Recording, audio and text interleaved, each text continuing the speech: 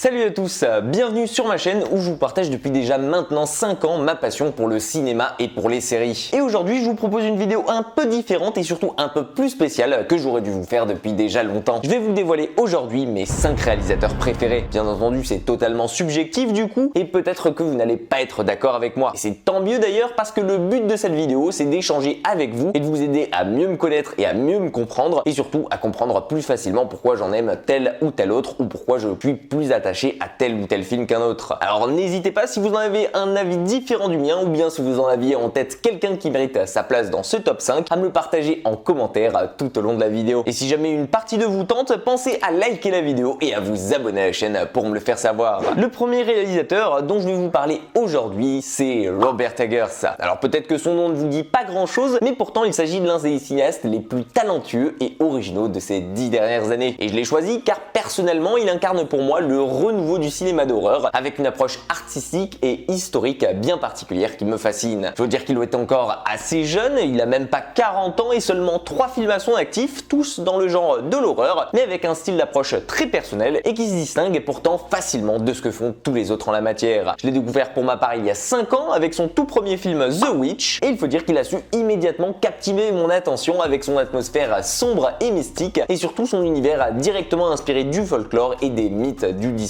siècle. Et bien évidemment, du coup, j'ai suivi son parcours avec ses deux autres films, Lighthouse et The Northman, qui sont visuellement tous deux des chefs-d'œuvre, mais aussi narrativement, avec toujours en tête une grande maîtrise du suspense, mais surtout de l'attention. Par exemple, avec Lighthouse, il joue sur le noir et blanc et sur les contrastes pour créer une atmosphère dérangeante et oppressante à souhait, tandis qu'avec The Northman, il préfère s'amuser avec l'histoire et le folklore viking, tout en y ajoutant des combats intenses et sanglants. Vous l'avez donc compris, pour moi, Robert Eggers, c'est un réalisateur talentueux qui a une vision unique du cinéma d'horreur et qui a réussi surtout à le renouveler à sa manière, toujours en créant des ambiances envoûtantes et en nous plongeant directement au cœur d'univers terrifiants, mêlant réel et légende. Le tout en soignant toujours le moindre des détails et en ne tombant jamais dans la facilité des jumpscares, mais aussi des screamers. Bref, autant vous dire que j'attends déjà avec impatience son prochain film sur Nosferatu. Passons maintenant à un tout autre genre, celui de l'action et de la comédie avec un réalisateur qui a marqué le cinéma britannique et celui d'Hollywood,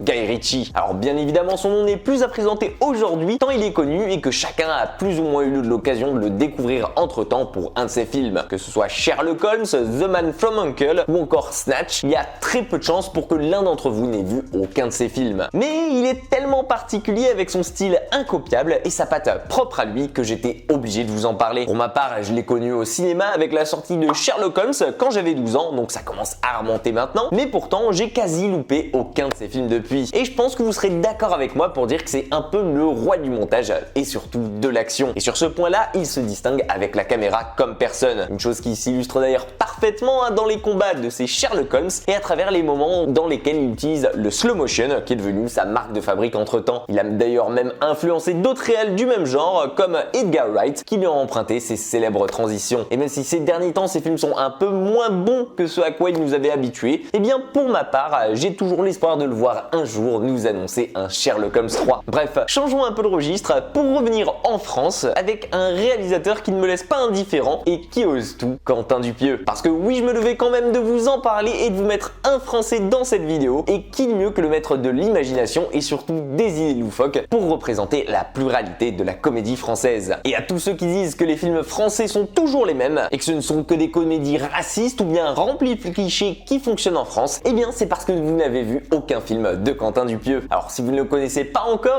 pas de panique, je vous conseille 3 films de lui pour mieux comprendre la diversité de son art, parmi lesquels Le Dain, incroyable vrai et surtout Réalité. Ce sont tous des films à idées, très faciles à regarder et sans aucune prétention. Vous le verrez d'ailleurs, par exemple dans Le Dain, il vous raconte tout simplement l'histoire d'un homme obsédé par sa veste en daim qui lui parle et qui lui ordonne de tuer, tout simplement. Et vous allez vite vous rendre compte que parmi ces 3 films, il y a toujours quelque chose en commun, leur durée. Parce que oui, avec Quentin Dupieux, pas question de s'ennuyer ou bien de vous retenir à plus de 2 heures dans une salle de cinéma. Ce qui en fait d'ailleurs un argument parfait pour ceux qui n'arrivent plus à rester concentrés devant autre chose qu'un épisode d'une série. Ces films durent toujours en général 80 minutes et on peut facilement les comparer à une saison tout entière de Black Mirror. Pas forcément donc pour son côté dystopique et anticipatrice qui caractérise la série, mais plutôt pour sa capacité à nous faire plonger à ses côtés dans des univers toujours plus loufoques, extrêmement variés et toujours impossible à prévoir à l'avance. Ce qui fait d'ailleurs qu'au final, on n'a jamais le temps de s'ennuyer avec lui et les films s'arrêtent toujours au bon moment en nous laissant remplis de questions. Alors oui, chacune de ces idées ne se valent pas toutes forcément, elles sont pas toutes extrêmement réfléchies ou bien extrêmement significatives, ce qui en fait qu'on a droit à des films inégaux et pour lesquels chacun va réagir différemment. Par exemple, moi j'avais détesté Steak et pourtant j'ai adoré Réalité, allez savoir pourquoi. Mais en tout cas, une chose est sûre, c'est que ce sont toujours des expériences à part entière auxquelles le réalisateur vous invite le temps d'un instant et on n'en ressort jamais déçu. Et le petit plus, c'est qu'il réussit toujours à réunir un casting français exceptionnel pour les diriger dans son propre univers. Et ça, même s'ils ne connaissent pas forcément toujours le scénario à l'avance, un peu comme Christopher Nolan.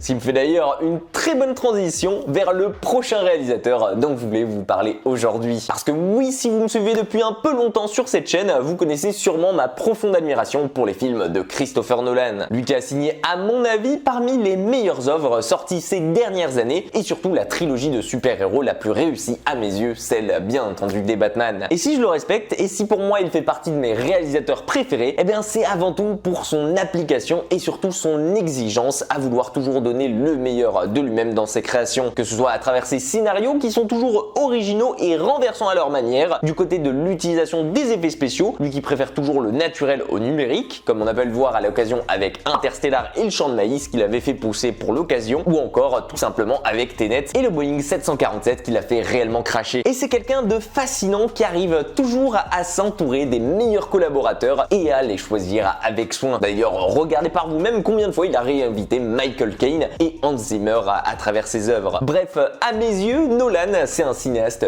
passionné et que l'on sent avant tout réellement impliqué dans tout le processus de création d'un film, que ce soit par son écriture, son montage, son casting et sa réalisation. Il est toujours là avec l'envie de nous surprendre et de tromper son spectateur ainsi que ses acteurs, ce qui fait qu'au final, il nous offre toujours des expériences uniques. Et vous d'ailleurs, qu'en pensez-vous? J'imagine que parmi vous, il y en a certains qui l'ont mis aussi dans leur liste. N'hésitez pas d'ailleurs à me partager votre liste dans les commentaires. Et maintenant, passons au dernier réalisateur de ma liste, M. Night Shyamalan, un réalisateur que j'admire tout particulièrement comme Nolan pour son implication au sein de ses films. Sixième Sens, Incassable, Split, il n'est plus vraiment inconnu des yeux du grand public et tout le monde a dû plus ou moins voir au moins une de ses œuvres. Mais comme vous pourrez facilement le remarquer à travers ses créations, c'est un réalisateur fascinant qui, tout comme Robert Eggers, se spécialise dans un domaine bien particulier et souvent lié au mystique. Et ses œuvres ont toujours un aspect fascinant et dérangeant qui nous plonge directement dans un univers intrigant, que ce soit l'invasion extraterrestre dans Science, la capacité du petit Cole à parler avec les morts dans Sixième Sens, ou bien même encore lorsqu'il s'agit d'un scénario qu'il n'a pas écrit à la base avec l'apocalypse représenté dans son dernier film Knock at the Cabin. Et honnêtement, et sans vous mentir,